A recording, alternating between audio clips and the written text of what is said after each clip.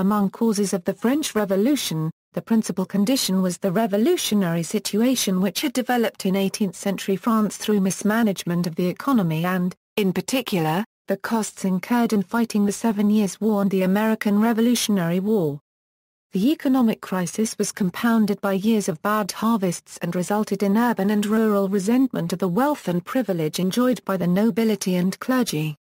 In due course, the crisis led to the convocation of the Estates General in May 1789 and, subsequently, as the revolution unfolded, it came to be seen in terms of Enlightenment ideals which some held to have created a revolutionary spirit. The revolutionary situation. The essence of the revolutionary situation which existed in France in the 1780s was the bankruptcy of the king, and hence the state.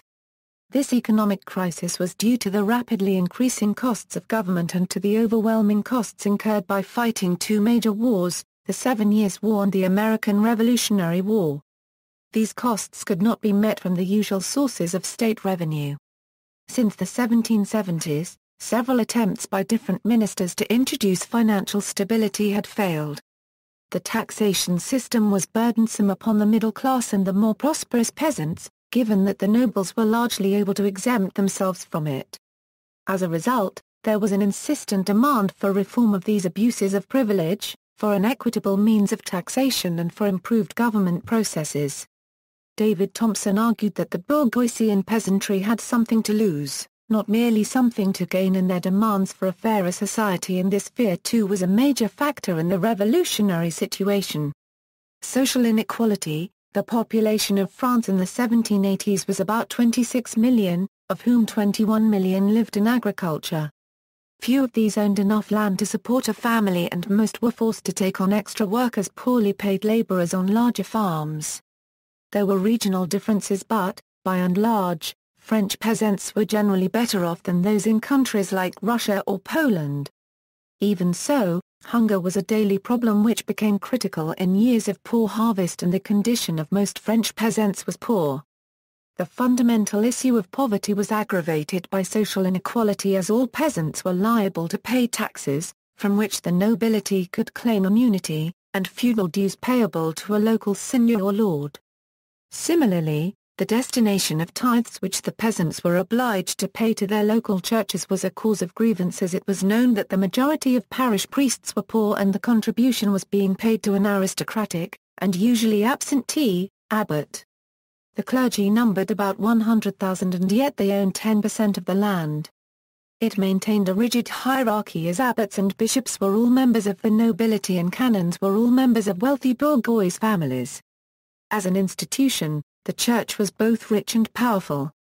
As with the nobility, it paid no taxes and merely contributed a grant to the state every 5 years, the amount of which was self-determined. The upper echelons of the clergy had considerable influence over government policy. Dislike of the nobility was especially intense.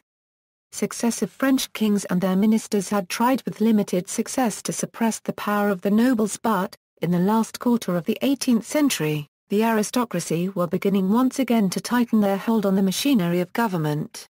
Enlightenment ideas, influence of the philosophers.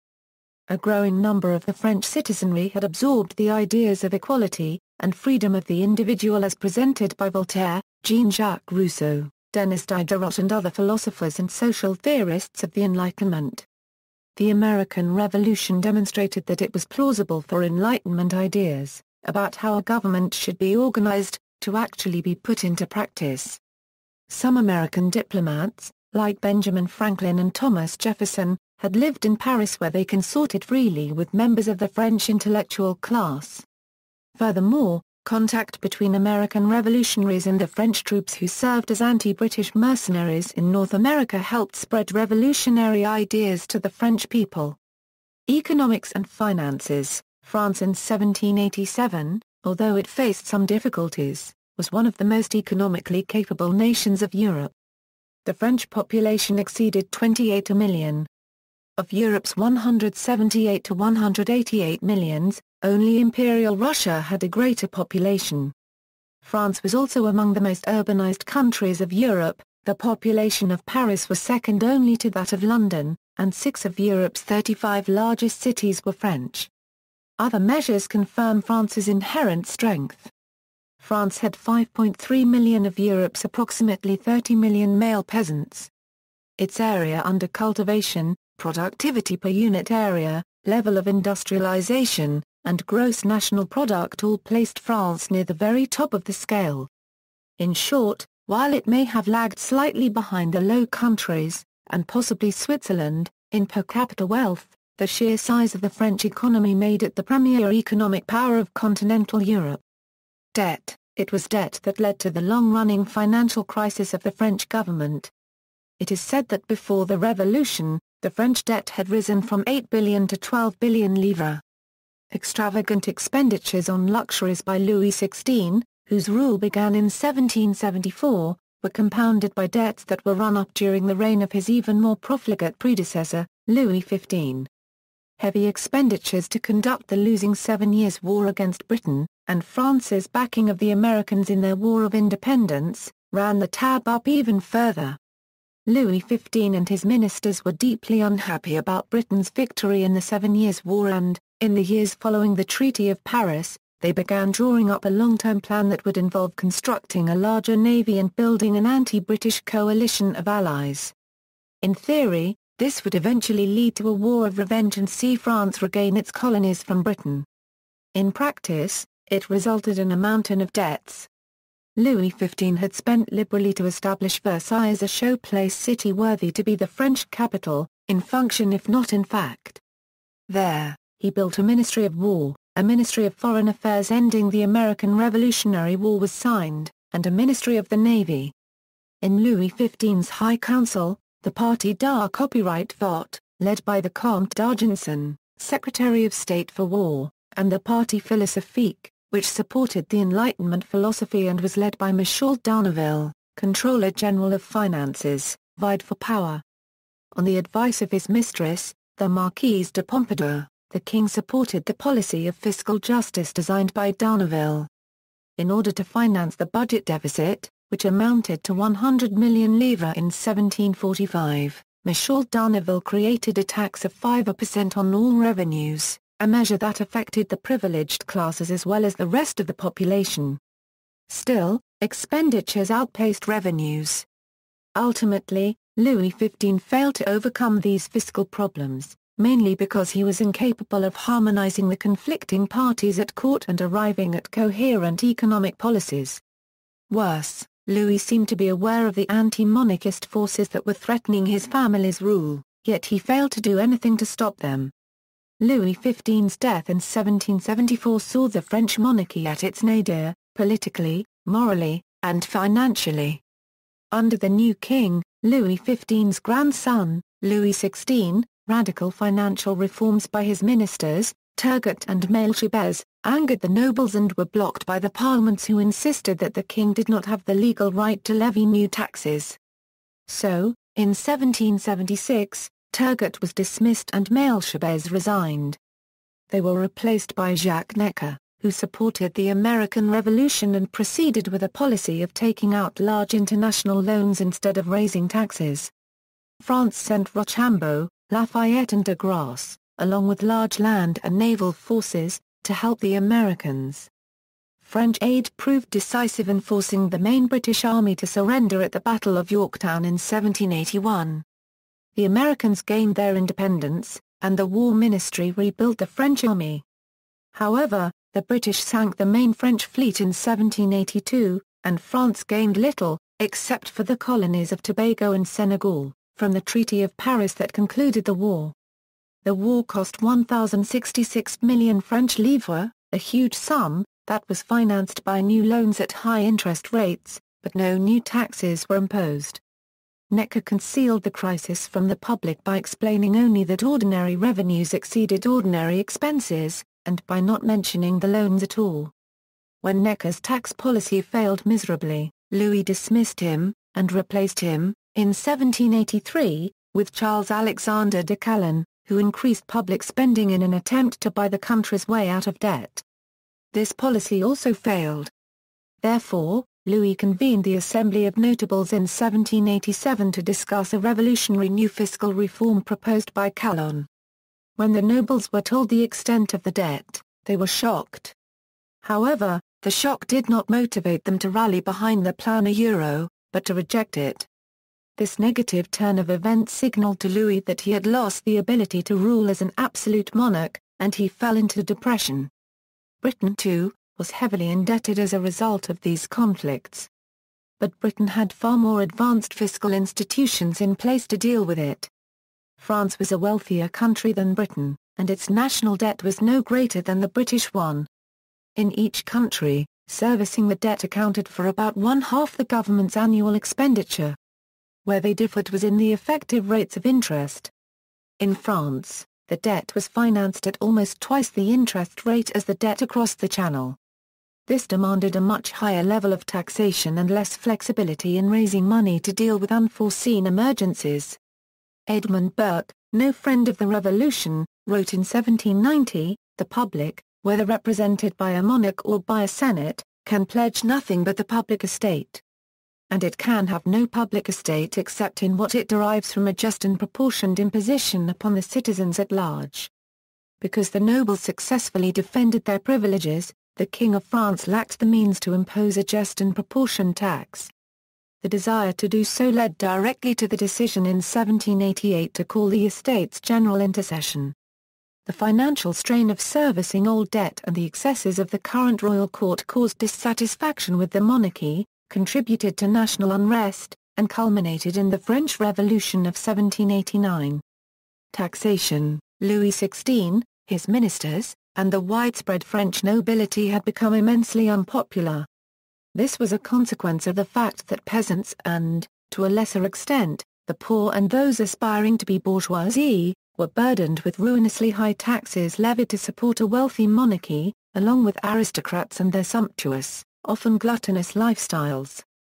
Because of some political inertia at the head of the state since the reign of Louis XIV, but also because of often approximately determined and unstable land boundaries, France used to raise most of its tax revenue internally, with a notable deficit regarding external customs tariffs. Taxes on commerce consisted of internal tariffs among the regions of France. This set up an arbitrary tax barrier at every regional boundary, and these barriers prevented France from developing as a unified market.